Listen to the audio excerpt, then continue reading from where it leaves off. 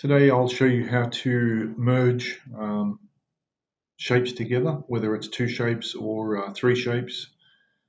This process can be used to create a new shape rather than using different types of templates. We can merge multiple shapes together and double mat them. So we can start off with our outside size, borders, whatever you need. Insert our opening size, whatever it needs to be. I'll just put that in the center of the mat. Bring in your other sizing. You can either type in the opening size here and put it to the desired location. So this is two shapes. I'll bring in a third shape, just so we'll do three. So they're all overlaid together.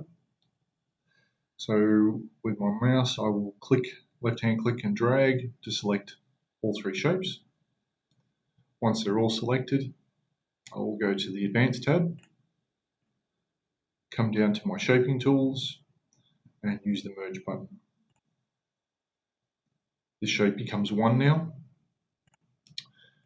So if I want to double mat this template, it is no longer a template because we've merged them. So you can see that the layers here, I can't use it. So we come down to Insert Contour,